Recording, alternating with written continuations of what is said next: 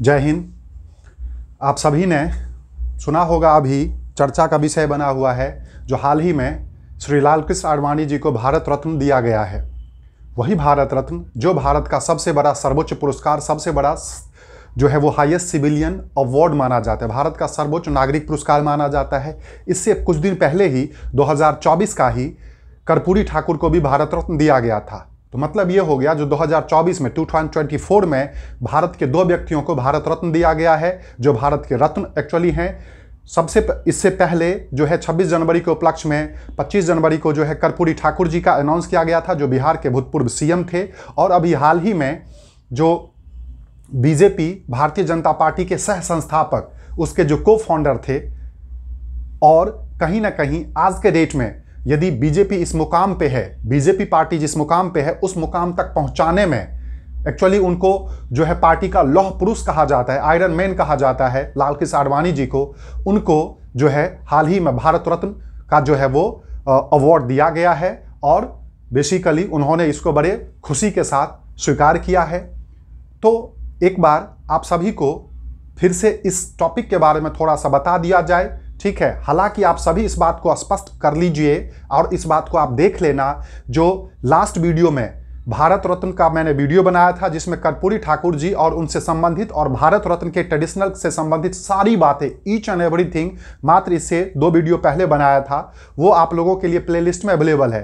तो जिन्होंने भारत रत्न का अभी तक नहीं देखा है, कर्पूरी ठाकुर के डिटेल्स नहीं देखे हैं, वो उस वीडियो को प्लेलिस्ट में जाकर के देख सकते हैं। यहाँ पे मैं सिर्फ और सिर्फ लालकृष्ण आडवाणी जी को भी जो मिला है उनके बारे में मैं 2-4 लाइन जो है वो बता रहा हूँ। बाकी भारत रत्न का कंप्लीट वीडियो जो है, जो ट्रेडिशनल जीके, स्टैटिक जीके के बहुत इंपॉर्टेंट क्वेश्चन हैं, वो आपके प्लेलिस्ट में जाकर के आप इससे 2 वीडियो पहले वाला देख लीजिए। और उम्मीद करता हूं आप जब वो देखेंगे तो आपको लगेगा जो भारत रत्न से कोई क्वेश्चन आपका इन फ्यूचर में नहीं छूटेगा, और यह एक बहुत ज़्यादा इंपॉर्टेंट है, ठीक है। तो एक बार फिर से आप सभी का मेरे चैनल ज्ञान दर्पण जीएस में स्वागत है। और मैं आपके लिए ये जो टॉपिक लेकर आया हूं, जिसको हम भारत रत्न कहते हैं, तो ये भारत रत्न क्यों चर्चा का विषय है? सबसे पहली बात, यह भारत का सबसे बड़ा नागरिक पुरस्कार होता है, इंडियाज हाईएस्ट सिविलियन अवार्ड होता है। और क्यों है? क्योंकि अभी हाल ही में 2024 में लालकृष्ण आडवाणी को देश का सर्वोच्च नागरिक पुरस्कार दिया गया है।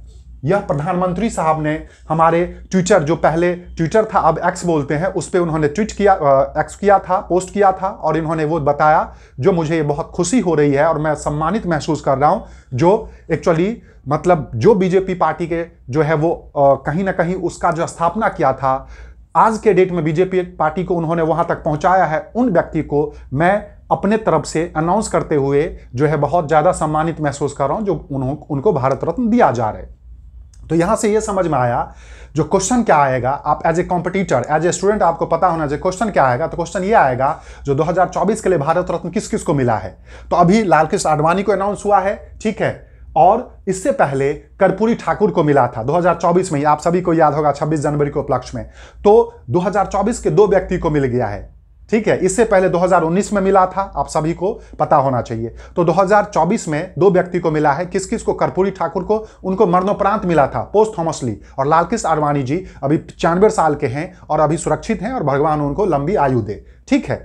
अब बात करते हैं, जो ये ध्यान दीजिएगा, वह लालकृष्ण आडवाणी जी भारत रत्न पाने वाले देश के 50वें व्यक्ति हैं। मतलब इससे पहले तक, अभी तक 49th में कौन थे? तो कर्पूरी ठाकुर थे। ध्यान देना, 49th में जो थे वो कर्पूरी ठाकुर थे और 50 में लालकृष्ण आडवाणी है। तो टोटल 50 व्यक्ति को भारत रत्न अभी तक दिया जा चुका है। जिनको मरणोपरांत भारत रत्न दिया जाता है उसको पोस्टहमसली कहते हैं। अब फिर मैं कह रहा हूं, आप प्लीज पिछला जो वीडियो है भारत रत्न का, उसको जाके प्लेलिस्ट में देखिए, आपको each and everything Bharat Ratna का पता चल जाएगा। ये सिर्फ करंट की बातें हैं। अब बात करते हैं जो 2024 में ही कर्पूरी ठाकुर को 49वां भारत रत्न दिया गया था। ये बातें क्लियर हो गई। तो 2024 का किस किस को मिला, फिर रिपीट कर रहा हूं, लालकृष्ण आडवाणी को और कर्पूरी ठाकुर जी को। कर्पूरी ठाकुर को पोस्टहमसली मिला है और लालकृष्ण आडवाणी जी को है अभी जो है जिंदा है, तो उनके लिए कोई दिक्कत नहीं है। और तो ये क्या है, बेसिकली राष्ट्रपति इनको प्रदान करते हैं, ठीक है। और आपको बताया था रैंकिंग में जो भारत रत्न पाने वाले व्यक्ति की रैंकिंग जो है वो 7A होती है। ये बहुत इंपॉर्टेंट बातें हैं। जब जैसे रैंकिंग में लाइन लगता है, पहले नंबर पर राष्ट्रपति, दूसरे पे उपराष्ट्रपति, तीसरे पे प्रधानमंत्री, उसी तरह से 7A जो है वो रैंकिंग होती है। अब बात करते हैं जो लालकृष्ण आडवाणी के बारे में, इनके बारे में समझ लीजिए। सबसे पहले इनका जो जन्म हुआ था ये 8 नवंबर 1927 को हुआ था। 8 नवंबर 1927 को कहाँ पे? कराची में। उस समय इसको ब्रिटिश भारत कहते थे और ये वर्तमान के पाकिस्तान में है। तो 8 नवंबर 1927 को इनका जन्म उस समय के कराची में हुआ था, जो ब्रिटिश भारत, क्योंकि ब्रिटिश भारत मतलब कंबाइंड पाकिस्तान, बांग्लादेश, भारत, म्यांमार सब साथ था। तो अब ये पाकिस्तान में है, ठीक है। तो ये बाद में जो है वहां से बंटवारे के बाद यहां शिफ्ट होकर के आ गए थे। अब आपको इनकी जो व्यक्तित्व के बारे में बताएं तो सबसे पहले आप समझिएगा जो सबसे हाईएस्ट पोस्ट पे जो रहे हैं उनके बारे में। तो आपको पता होगा जो भारत में जो सबसे हाईएस्ट पोस्ट पे रहे हैं वो उप प्रधानमंत्री पे रहे, डिप्टी प्राइम मिनिस्टर पे। तो आप ध्यान दीजिएगा 2002 से लेकर के 2004 तक भारत के उप प्रधानमंत्री, ये भारत के 7वें डिप्टी प्राइम मिनिस्टर रहे हैं। इसके बाद इनके बाद कोई अभी तक प्राइम मिनिस्टर डिप्टी नहीं बने हैं। तो 2002 से 2004 तक ये भारत के 7वें डिप्टी प्राइम मिनिस्टर रहे हैं। और इस समय प्राइम मिनिस्टर कौन थे? तो इस समय श्री अटल बिहारी वाजपेयी जी जो है प्राइम मिनिस्टर थे। तो अटल बिहारी वाजपेयी जी के समय में ये भारत के डिप्टी प्राइम मिनिस्टर रहे हैं 2002 टू 2004। बाकी ये कैबिनेट मिनिस्टर भी रहे हैं, मतलब होम मिनिस्टर भी रहे हैं, इंफॉर्मेशन एंड टेक्नोलॉजी मिनिस्टर भी रहे हैं, बट वो सब इस पोस्ट से छोटा है। इसीलिए अब जो सबसे हाईएस्ट पोस्ट पे जो रहे हैं ये वो रहे उप प्रधानमंत्री, ठीक है। क्लियर समझिएगा। वहीं पे आपको बहुत इंटरेस्टिंग बातें बताऊं, जो आडवाणी जी भारतीय जनता पार्टी या बीजेपी जिसके कहते हैं के को फाउंडर रहे हैं। आप समझ रहे हो? को फाउंडर समझ रहे हो ना? मतलब किसी के साथ मिलकर के आप किसी चीज का स्थापना करना। आज के डेट में जो बीजेपी पार्टी विश्व का सबसे बड़ा पार्टी है, भारत का सबसे बड़ा पार्टी है, और बीजेपी पार्टी के जो प्राइम मिनिस्टर हैं श्री नरेंद्र मोदी जी, जो विश्व के सबसे प्रसिद्ध नेताओं में से एक हैं, प्रसिद्ध लीडर में से एक हैं, और देश को जो है वो विकसित भारत की तरफ ले जा रहे हैं। तो उस पार्टी का उनके मार्गदर्शक, जी हां, हमारे प्राइम मिनिस्टर के भी मार्गदर्शक जो हैं वो श्री लालकृष्ण आडवाणी जी रहे हैं। और इस पार्टी को यहां तक पहुंचाने में एक अहम रोल जो निभाया है, इसीलिए पार्टी में इनको लौह पुरुष कहा जाता है, ठीक है। तो आडवाणी जी भारतीय जनता पार्टी बीजेपी के को फाउंडर रहे हैं। और 6 अप्रैल जिसका 1980 को अटल बिहारी वाजपेयी संग मिलकर पार्टी का स्थापना किया था। मतलब बीजेपी पार्टी आज के डेट में जो विश्व की सबसे बड़ी पार्टी है वो 6 अप्रैल 1980 को इसका स्थापना हुआ था। और उस समय में श्री अटल बिहारी वाजपेयी और लालकृष्ण आडवाणी जी मिलकर के, इन दोनों ने मिलकर के बीजेपी पार्टी का स्थापना किया था। इसीलिए इनको को फाउंडर कहा जाता है, क्योंकि दूसरे इनके साथी अटल बिहारी वाजपेयी थे। तो ये क्वेश्चन पूछा जा सकता है जो भारतीय जनता पार्टी का को फाउंडर कौन थे या इसका स्थापना कब हुआ था? तो 6 अप्रैल 1980 को। और लालकृष्ण आडवाणी जी और अटल बिहारी वाजपेयी दोनों साथ मिलकर के इन्होंने किया था। क्लियर हो गया। और आपको यदि इससे थोड़ा सा और पीछे जाना है तो बीजेपी पार्टी जो है उस समय की बीजेपी जनता पार्टी 1970 से 1980 तक, 1977 से 80 तक से अलग होकर के न्यू पार्टी बनी थी।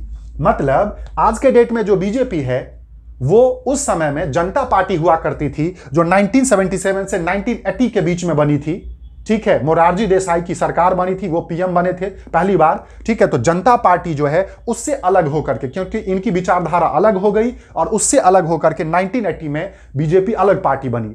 तो एक्चुअली जो बीजेपी है वो तो 1980 में बनी, बट वो कहां से निकली थी, किसकी ब्रांच थी? तो जनता पार्टी की। और जनता पार्टी किसकी ब्रांच थी? तो कह सकते हैं जो वो जनसंघ जो है, जनसंघ की ब्रांच थी, जिसका 1951 में श्यामा प्रसाद मुखर्जी ने उसका स्थापना किया था, ठीक है।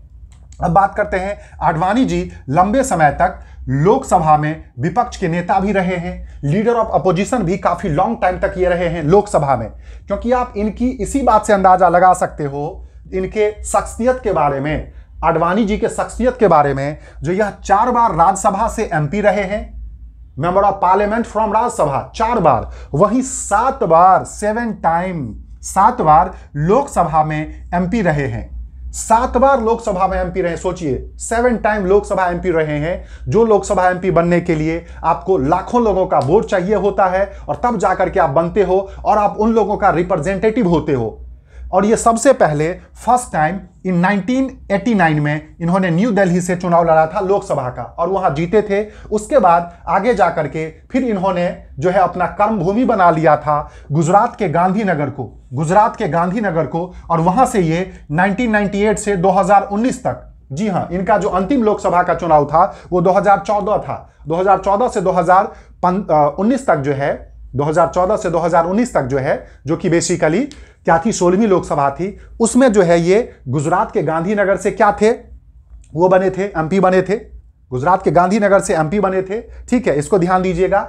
उसके बाद आगे जाकर के जो है फिर 19 में इन्होंने जो है राजनीति से एक तरह से जो है वो संन्यास ले लिया, क्योंकि ज्यादा उम्र होने के कारण। तो 98 से लेकर के 2019 तक, 1998 से 2019 तक ये कंप्लीट तौर पे गांधीनगर गुजरात से लोकसभा के एमपी रहे थे। टोटल ये 7 बार लोकसभा के एमपी हो चुके हैं। पहली बार नई दिल्ली से बने थे और राज्यसभा के जो है वो 4 बार एमपी रहे हैं, ठीक है। वहीं पे आपको बता दूं, आज के डेट में जो 22 जनवरी को राम मंदिर का स्थापना हुआ था, हम सभी हिंदुओं के लिए एक वो अभूतपूर्व क्षण था, एक वो भावना वाला क्षण था, ठीक है, एक वो दर्शन वाला क्षण था।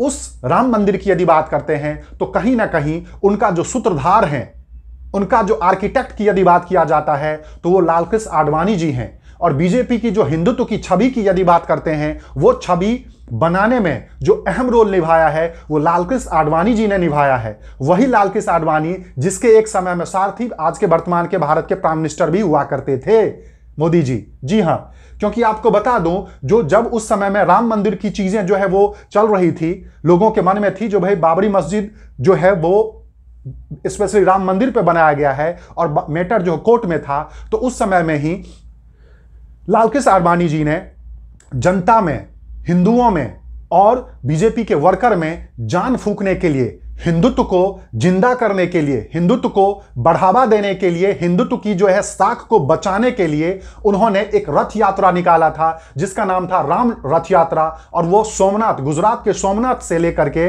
और वो अयोध्या तक जो है पहुंचे थे। और हालांकि उसी बीच में उस समय में बिहार में समस्तीपुर में लालू प्रसाद यादव की सरकार थी और वहां पे उनको जो है गिरफ्तार कर लिया गया था।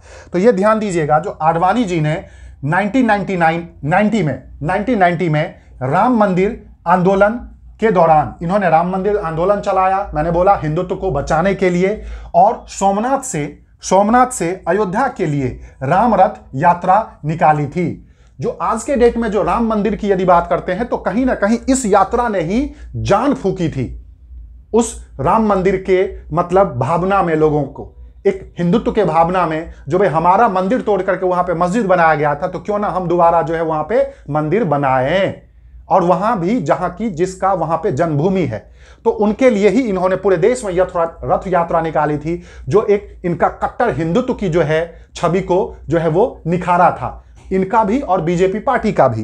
तो जो कि कहां से, सोमनाथ से, गुजरात के सोमनाथ से अयोध्या तक इन्होंने राम रथ यात्रा निकाला था। और उसी बीच में जो है वो समस्तीपुर में इनको जो है उस समय में बिहार में लालू यादव की सरकार ने गिरफ्तार किया था, ठीक है। साथ साथ ये चीजें बता दी। उसके बाद आप समझ सकते हो जो इनका व्यक्तित्व क्या है, इससे व्यक्तित्व क्या है, ठीक है। इसीलिए हमारे पीएम साहब भी इनको अपना गुरु मानते हैं। वहीं पे इन्होंने अभी तक 3 किताबें लिखी हैं आडवाणी जी के द्वारा, जो पुस्तक लिखी गई है, जिसमें एक मेरा देश मेरा जीवन, ये काफी फेमस है, मेरा देश मेरा जीवन 2018 में है। उसके बाद नजरबंद लोकतंत्र, ये इमरजेंसी के टाइम में जो क्या कंडीशन था उसके बारे में बताया गया है। और एक है दृष्टिकोण, जो 2022 में। तो 3 किताबें इनकी काफी प्रसिद्ध है, जिसमें सबसे ज्यादा प्रसिद्ध है मेरा देश मेरा जीवन 2018 में, नजरबंद लोकतंत्र 2019 में और दृष्टिकोण 2022 में। तो एक बार जो रिसेंट में फिर से जो 2024 में दूसरे व्यक्ति को जो भारत रत्न दिया गया है, श्री लालकृष्ण आडवाणी जी को, इनके बारे में, अभी ये 96 वर्ष के हैं, तो इनके बारे में आपको थोड़ा सा मैंने बताया, इसको समझ लीजिए। एग्जाम के लिए भी बहुत ज्यादा इंपॉर्टेंट है, एग्जाम के लिए भी बहुत ज्यादा इंपॉर्टेंट है। और साथ साथ 2024 में 2 व्यक्ति को मिला, ये सारा बता दिया। रैंकिंग 7A होती है। और फिर बता रहा हूं, जो भारत रत्न का जो डिटेल वीडियो देखना है वो प्रीवियस वीडियो देखिए, जिसमें कर्पूरी ठाकुर वाला पूरा का पूरा टॉपिक और करेंट और स्टैटिक जीके का जो पूरा कॉकटेल है वो उस वीडियो में मिलेगा। तो आप इसको एक बार अच्छे से देख लीजिए, समझ लीजिए, नोट कर दीजिए और अपना तब तक ध्यान रखें। और यदि आपको अच्छा लगता है तो इसको शेयर करें। Thank you. जय हिंद।